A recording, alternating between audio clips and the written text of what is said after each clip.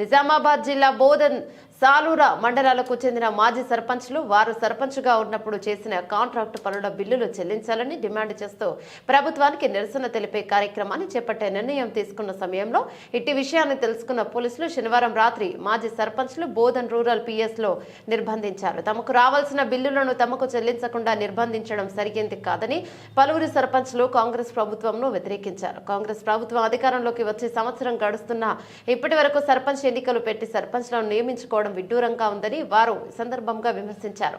తమకు రావాల్సిన బిల్లులను వెంటనే చెల్లించాలని సర్పంచ్లు పోలీస్ స్టేషన్ లో డిమాండ్ చేశారు. CM Revanth Reddy down down, బోధన శాసనసభ్యులు MLA Sudarshan Reddy down down.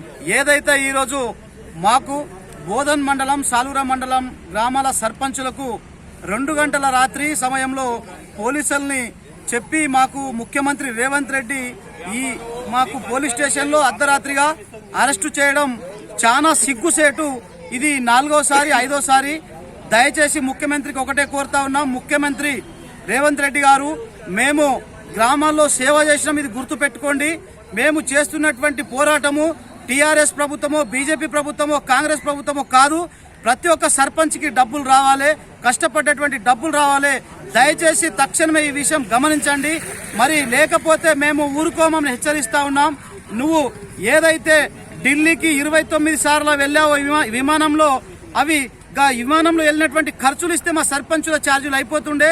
ఇలాంటి నువ్వు విచారం చేయకుండా మాకు అర్ధరాత్రి అరెస్ట్ చేయడం సిగ్గుచేటని హెచ్చరిస్తా ఉన్నాము.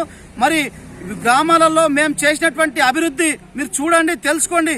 మేము సర్పంచులు మాజీ సర్పంచులకు రేవంత్ రెడ్డికి ఉచ్చగారుతా ఉన్నది. దయచేసి సర్పంచులతోటి పోరాటం చేస్తా ఉన్నాడు. అర్ధరాత్రి సర్పంచుల్ని అరెస్ట్ చేయడం చాలా సిగ్గుచేటని చెప్తా ఉన్నాము. మరి ఏదైతే పాత మేము చేసినటువంటి పెండింగ్ బిల్లులు ఉన్నాయో, ఎంబీ రికార్డులు ఉన్నాయి, ఏఈలు డీలు సంతకాలు పెట్టినటువంటి రికార్డులు ఉన్నాయి, అవి చూసుకొని తప్పనిసరిగా ఇవ్వాలి. నువ్వు వచ్చిన తర్వాత సంవత్సరం దాటిపోయినా కూడా గ్రామాలలో సర్పంచులు లేని పరిస్థితి.